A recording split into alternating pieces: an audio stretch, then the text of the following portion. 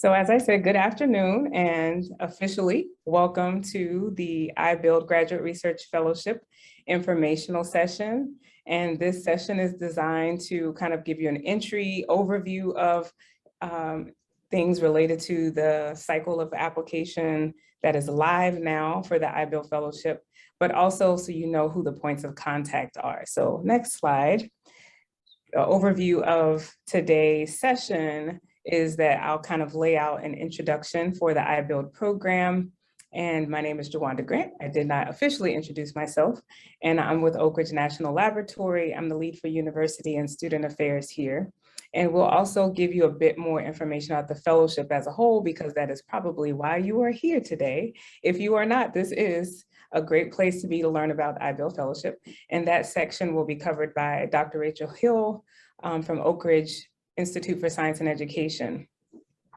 So just to lay the groundwork for today, feel free to use the chat at any time. If we don't get to the question now, someone will call it out later. But at the end, we will have a Q&A, and you are welcome to unmute. This is a meeting, so you can unmute and speak up and ask your questions. But if you need to, please feel free to use the chat. Next slide.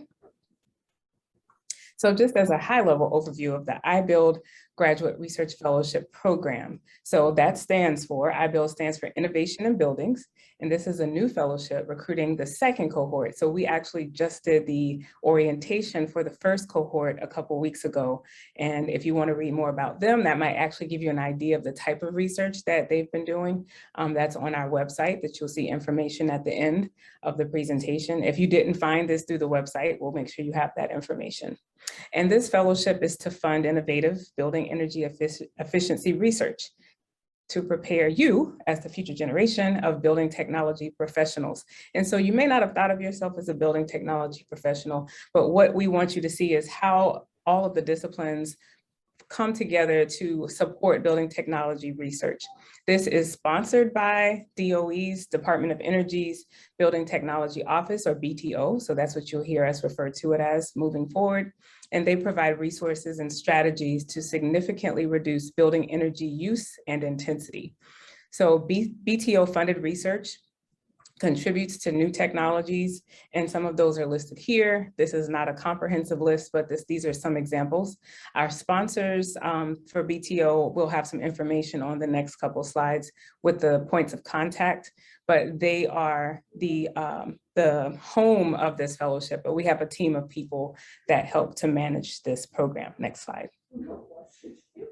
So the benefits. How does this benefit you? As an overview, you get research and educational support to conduct innovative research at your home institution in an area with demonstrated relevance to building energy efficiency. So why this is really significant is because you actually are doing something that you've designed, that you had some personal and passionate interest about, and that's different from a lot of graduate funding where you have to kind of plug into the work that a faculty member is doing or a particular fellowship or funding source is kind of initiating. So here you get to plug your research ideas in to fund it, to fund that work at your home institution. You also will get access to professional development, and we will provide opportunities for you to deliver oral presentations, write research papers, and also participate in a series of IBUILD webinars that would happen for the fellows once they are officially onboarded. There's also mentoring to help you support career exploration, and mentoring and networking kind of intersect and go hand in hand. So you'll meet people within the Building Technologies office, but also from our management team perspective from these different institutions that support STEM education as a whole. So ORISE and ORNL, you'll get to get networking opportunities within our organizations, but you also would get to network with now the existing IBUILD fellows or your peers if you're selected as a fellow, also other mentors across the IBUILD network and other building technology researchers. The internship funding that's built in is really to help support your access to internships. So it's not a built-in requirement that you do an internship as an IBUILD fellow, but we realize internships are really critical and supportive of expanding your knowledge base, and also, again, networking. So there are funds built into the fellowship to support that. Next slide. So for some of you that are interested in the fellowship, you may also be interested because it's funded, but you're not sure if you really connect to the area of building technology. So we just have one example here of some work that has happened at Oak Ridge National Laboratory to give you a scan of how all of these different areas, from manufacturing and materials and engineering, from chemical to electrical, all of these areas play into building technology. So we're going to show you this brief video to give you an overview.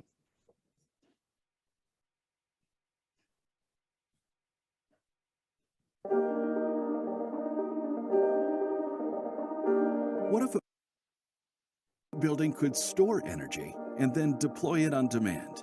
What if a wall had the power to use energy more efficiently? What if the impossible really was possible? And that's what we're all about at DOE. It has people who actually look at, what's impossible today and make it possible as we move forward. The Empower Wall is a prime example of innovation at work. This concrete structure is 3D printed, configured to include controllable thermal storage, active insulation, electronic sensors, and advanced controls, all fully integrated with smart energy technologies that optimize the system and deliver all the advantages the federal energy community seeks. We're about promoting advanced technologies that can improve our economy, enhance our energy security, and protect the environment. It starts with a revolutionary additive manufacturing process. We literally thought outside the box when we created SkyBAM, a large-scale advanced manufacturing system that's hung from the sky with tensioned cables and designed to be easily deployed to most job sites. SkyBAM and the Empower Wall will reimagine how buildings will be constructed in the future. We researched, experimented, analyzed, prototyped, and tested every component from cement to extruders. We developed materials, the machine itself, the process for depositing those materials. That enabled us to custom design a smart, highly responsive wall system. For the Empower Wall to work, it needs to transfer heat between different sections of the wall. We maximized thermal storage. We added active insulation that absorbs and discharges heat on demand. We embedded sensors and controls to monitor and manage systems and save energy. We integrated energy storage with or without batteries. And we simulated interfacing with distributed energy sources and the grid. So the Empower Wall has been an excellent opportunity for researchers from different fields to collaborate in a single project. All these innovations give the Empower Wall a whole host of potential benefits. Our advanced control system can predict building and system behavior or occupancy behavior or weather conditions in advance. We expect the wall to predict building behavior, diminish peak demand loads, reduce energy costs, optimize HVAC operations, augment use of alternative energy sources, use resources more responsibly, increase occupant comfort, and help assure the agency's mission. In other words, the Empower Wall is designed to make us more efficient, resilient, and secure. We're bringing all these different, basically, talents together. So there's validation in there, but there's also a lot of innovation. Now, we're putting the Empower Wall to the test. We're working to install the system at test sites where we'll measure our performance and refine our processes. Then, we'll publish our update on results at the 2021 Energy Exchange. So soon, the Empower Wall will prove the power of possibility, the power of innovation fueled by collaboration, which is the way FEMP and our national labs approach any challenge you bring us. The FEMP process is really simple. You ask, we act. We actively look for ways to help. Clearly, FEMP does more than empower walls. We empower solutions. So what solution would you like to empower? How can FEMP support your mission? Why not put the power of possibility to work for you? Please visit the FEMP Assistance Request portal on femp.energy.gov to learn more about how FEMP can support your mission.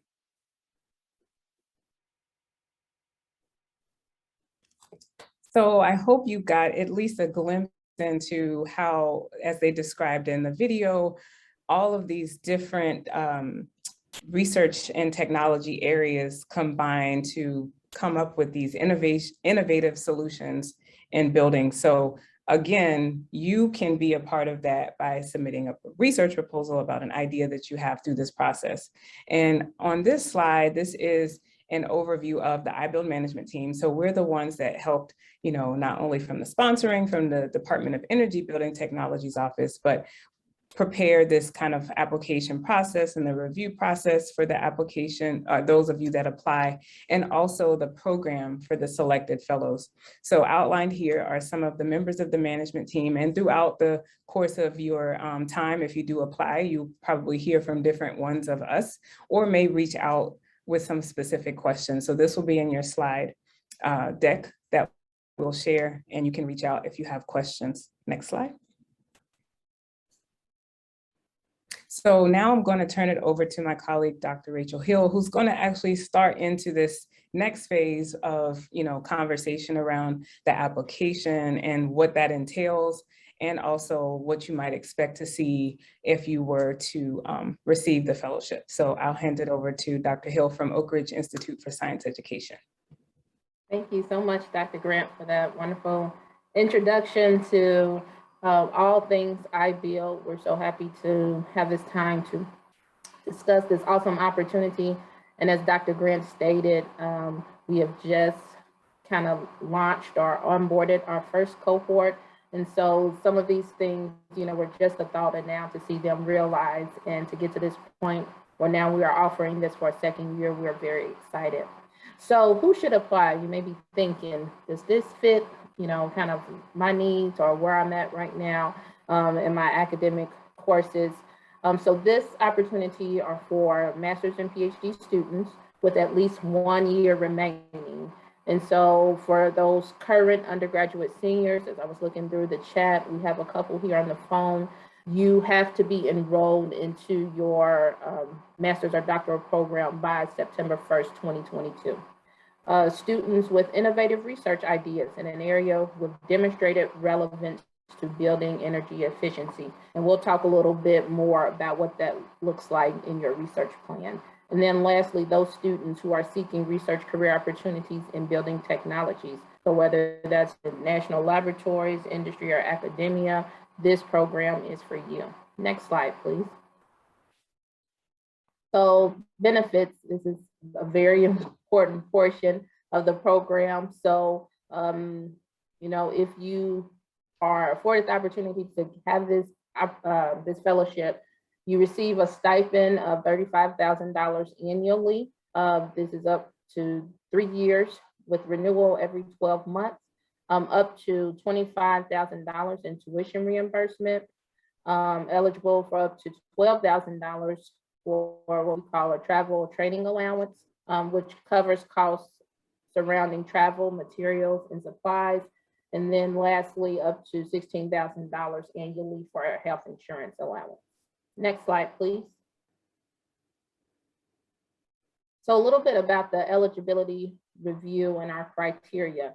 So you must be a US citizen or lawful permanent resident, intend to enroll or be enrolled full-time in a research-focused master's or PhD program. You must be able to conduct STEM research in an area with demonstrated relevance to the building energy efficiency mission, and then also have a cumulative GPA 3.0 or higher on a 4.0 scale. Next slide.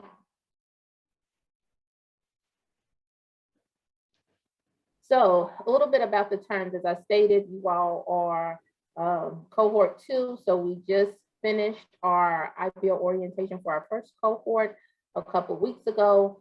So in addition to that orientation, you must be able to participate in building professional developmental programs.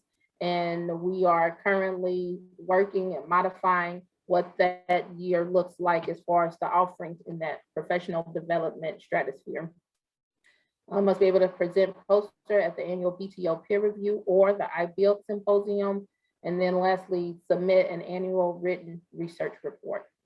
Next slide, please. So this is a sample fellowship year, and this is based on what we did for year one, and we are running very closely to the same model. So September 1, 2022 through August 31, 2023, we're seeing that as the initial 12-month appointment where you will be doing your research at your home institution. October of 2022, you can see the IBUILD orientation, and I won't go through all of that, all the remaining, but you see the dates and kind of how we expect for the timeline to look from the point of application to onboarding. Next slide, please.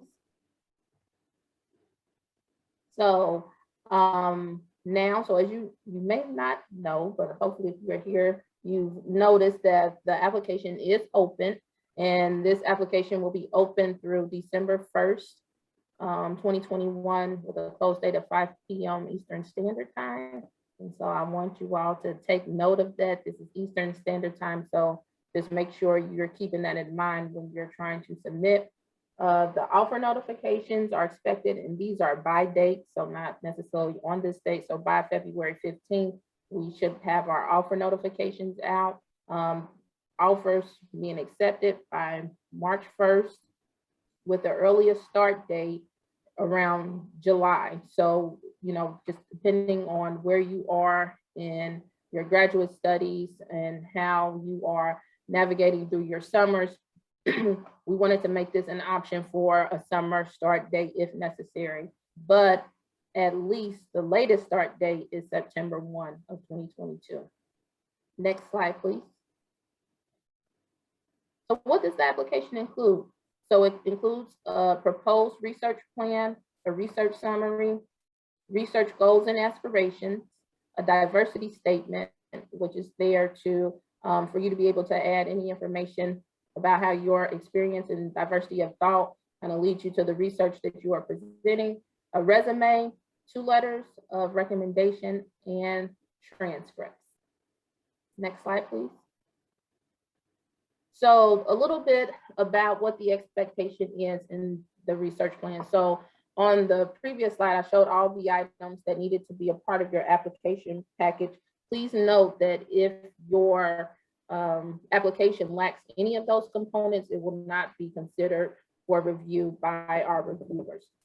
So when creating your research plan, you should be describing a problem or issue that you would like to research during your graduate studies. And depending on where you are, this could be a description of your current project, or for those who are entering into their graduate studies, this could be a new research idea. The research proposal should include a background, research methodology, a discussion of findings if necessary or if relevant, future directions, and broader impacts. And then the research proposal should be no more than 2 pages. So the onus is on you all to go hard, go heavy, and get all of this information in these 2 pages. Next slide, please. So the review of your research plan will actually be a combination of BTO individuals along with our federal staff members, I should clarify, along with some of the ORNL staff. And some of the items that will be evaluated are: 1, the broader impact. So where does your proposed research have potential to benefit the society and advance building energy efficiency? And so these slides will be provided to you all. And so there are some links embedded where you can go and look at the BTO mission. So you will have access to that. Intellectual merit. Does your intellectual merit encompass potential to advance knowledge in the field? Scientific or technical merit of proposed research. So does your demonstrate a clear understanding of the challenges involved? Is the proposed method and approach appropriate? Does the applicant have access to facilities and resources? And then lastly, originality and innovation. So is this cutting edge technologies or the approaches that are being presented? Is this something that's new and novel to the field? So these are the type of things that will be evaluated on your research plan. Next slide, please. So additional details about the fellowship funding. So just to go a little layer deeper. So the health insurance, we understand as graduate students, many of you all will be covered through your student health insurance plans. You are free to keep those, or if you have any type of third-party health insurance providers, that's also an option. And then also you're able to get health insurance coverage through the ORISE Blue Cross Blue Shield health insurance plan. But it is of note that as a participant in this program, it is required that you have health insurance. And what's nice is that that $16,000 will be able to help to reimburse some of your out-of-pocket expenses, or in the case if you pick the ORISE Blue Cross Blue Shield insurance, it will be able to cover the individual plan offered through that health insurance provider. Secondly, the stipend. So it's paid monthly, and you will receive this electronically on as a direct deposit on the last business day of the month. For tuition payments, that $25,000 that's provided for tuition reimbursement, that is paid directly to the university. And so I did not introduce James Haynes. I'm so sorry, but wave your hand. I call him the first line of defense. So you would work with him on getting receipts or invoices from your university, and that will be processed between ORISE, our accounts payable department, and the registrar's office at your home institution. And then the last component, which I think adds such a benefit, or is a benefit add to your experience with this fellowship, and that is that travel training allowance that you receive, the $12,000. And so there's a whole process. We won't go into the details about that, but on how you request use of these funds and the approval process is a combination of with your mentor and your advisor and ORISE. And so some of the things that can be covered under this allowance is like travel to conferences. Think about professional developmental opportunities that you may find to be necessary or an add to your experience as a fellow. I'm trying to think of other things that are often covered. Courses, so not necessarily your graduate school courses, but if there's a course and a specific type of training that could be useful for your research experiences, those are the type of things that are appropriate to get funded through this allowance. Non-allowable expenses are those personal travel. So this is not for personal travel to Hawaii or just to have a good time, but these DOE funds are here to help augment and strengthen your experience. And then one thing that's good to note is that if it's not in your PI's budget, we all understand some of those shortfalls that may fall on the research side. It might be in this, but it might be an allowable expense for this travel and training allowance. So just to put that out there, that this can really help strengthen and direct your research in a way that may not be completely possible with the resources that you currently have in your lab. Next slide, please. And so this is just an informational slide on the website. And if you have questions, where to send those questions to. As I stated, the application is open. The link is there. Go to Select, complete it, submit it, and wait to hear from us. And then also subscribe to the email list. There'll be other offerings, and as things are updated, we will be sharing information through that listserv. Next slide. I think it's just questions and answers. So we just wanted to give this space and opportunity. If you all have any questions to ask us about the fellowship, we are here to answer them at this time.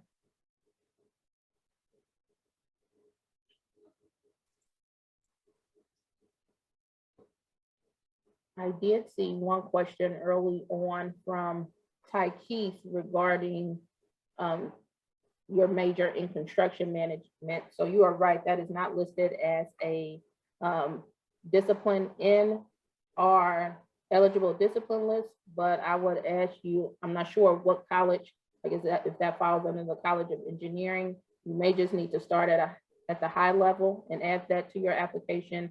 And then there are places where you can put areas of interest and you can list the construction management piece there. Hi, can you hear me? I can. Hi, thank you so much. This has been informative. I was hoping to get some clarification on an email that was sent out a little bit earlier, noting that of particular interest this year is work on deployment and market barriers research. Could you help kind of just define what that means?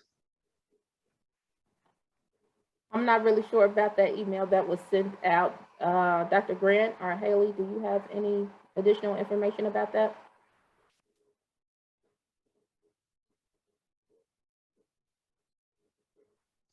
I put the specific quote that Okay. came from an email in the chat there.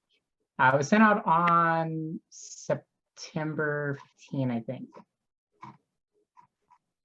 Okay, this is Haley McLeod. I think I'm unfortunately the one that has to try to answer this question. This was definitely some guidance we got from our sponsor DOE, which I think is why we're like pausing, because we don't want to misstate DOE's objectives. But basically, with the change in administration and that kind of thing, there's just been a bit of a shift in focus from DOE this year, and so that's what's being emphasized here. And so the emphasis on deployment and market barriers research, I think, is trying to get at the heart of the issue of lots of really good technologies that die at the deployment stage. And so I think they're looking for technologies that could be scaled up quickly, that are particularly close to deployment, or that there's a really good understanding of the barriers to adoption and ways to address that. So I think it's a little less pure research with no path to market, and a little more focus on getting some of these energy savings technologies to market as quickly as possible. Does that answer your question? I think so, yeah. Thank you. You're welcome.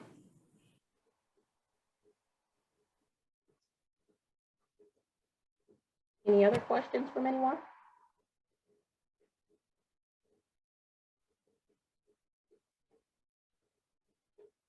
All right, well, thank you all, each and every one of you, for taking out time this afternoon to join our information session. I do hope that it was helpful. You will be able to, actually, there's one more question. Could you talk more about the diversity statement and how it's reviewed? Yeah, so this was one of DOE's, and Haley, you can keep me honest on this if you want to add anything additional to my response, but the diversity statement is really just to see how your experiences and things that you have navigated through and your life experience kind of adds to your diversity of thought, and how those things impact the research that you are being able to propose. And so as it's being reviewed, that I cannot directly talk to because as those the individual who is administering the application, we are not involved with the selection process at all. So maybe you can add a little bit more to that piece, Haley. But essentially, it's just trying to connect those dots on your life experiences and how you navigated through those and how that affects the research that is being proposed. Haley, did you want to add anything additionally? Sure, and it goes a little bit back to the deployment piece, I think, too. There is an acknowledgement in DOE that, once you leave your research labs and get out into your careers, there's just going to be a lot more cross-disciplinary work to be done. So again, this is getting those great technologies through building codes and that kind of thing. And so I think this, to Dr. Hill's point, is very focused on diversity of thought. And yeah, like those life experiences. And honestly, I think we included this year partially because we found out a lot of really good information about folks in interviews last year that we wished we had given them a space to communicate earlier in the process. And so we wanted to incorporate the personal statement and diversity statement this year. It looks like if Dr. Grant is back on, she can jump in. If not, it looks like we had maybe missed one question from a little bit earlier from Chris Gill that said, in regards to research topics, my current research is very similar to a current cohort member's topic. Would that be an issue with regards to unique and innovative requirement? I am not DOE spokesperson, but no, I don't imagine that we would be penalizing the current cohort for happening to be in a similar area. Like there are, you know, there's a great diversity in research topics and buildings, but I also think it would be foolish for us to assume that every cohort member every year was going to have a totally unique research area. One thing I just want to circle back around to the diversity statement, Brittany, there is some language under the statement in your application to kind of give some context and focus to what, you know, is being looked for in this statement. So just take a look when you get into the application, and that'll be able to help you as well.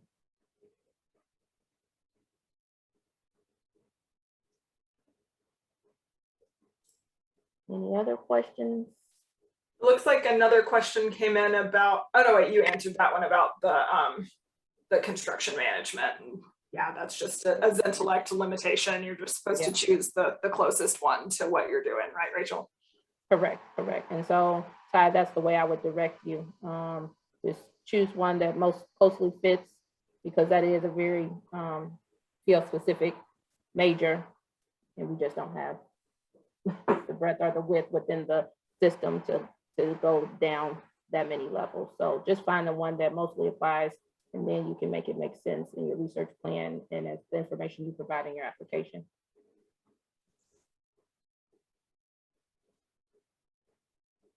Any other questions?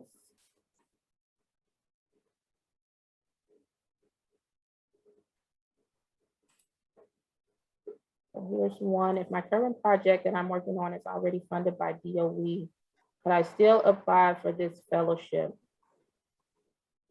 So there is a portion of the, it's something that we call duplication of benefits. I not give you a blanket statement now, but if the project is the same and you're doing the same type of work and getting funded for the same type of work, in that regard, it is not allowable. And so you wouldn't be able, you would have to choose.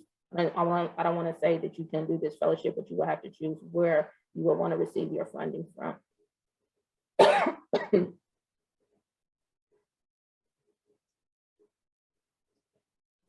Also not clear to me from that question whether your lab has DOE funding or whether you personally have DOE funding. So yeah, I would probably send the details to us and we can answer that question better. I don't want to tell you no here when it turns out you could have been eligible. We'll call out Haley, thank you. Yeah, perfect. Just send a follow-up email and we'll probably sick James on it. Okay, have we missed anybody's questions? Or does anyone have anything else for us? If we missed one while we were scrolling, either unmute yourself or copy and paste it back in, but I think we got everybody. All right, well, thank you all again. Haley, the slides will be available on the website.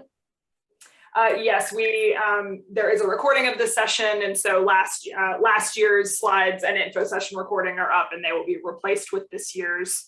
I don't know, this afternoon or tomorrow, definitely this week.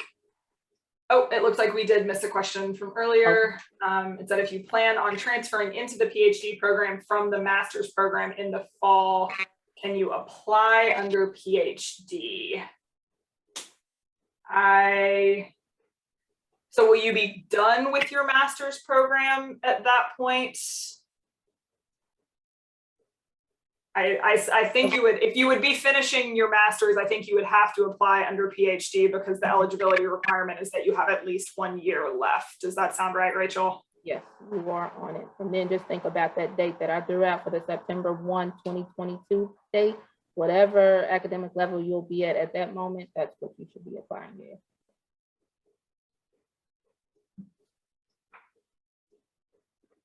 Okay, perfect. It looks like we answered that question. And again, that may be a situation that once you get in there, if you aren't sure, you can send us an email and we'll make sure that we have given you the correct guidance for your specific situation.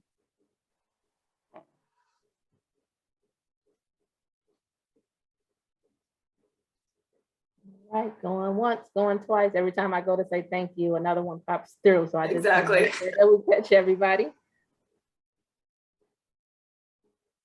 Okay, great. So thank you. You have the email address if you have any additional questions, and we look to see these names again in the near future. So thank you all. Thanks, everyone.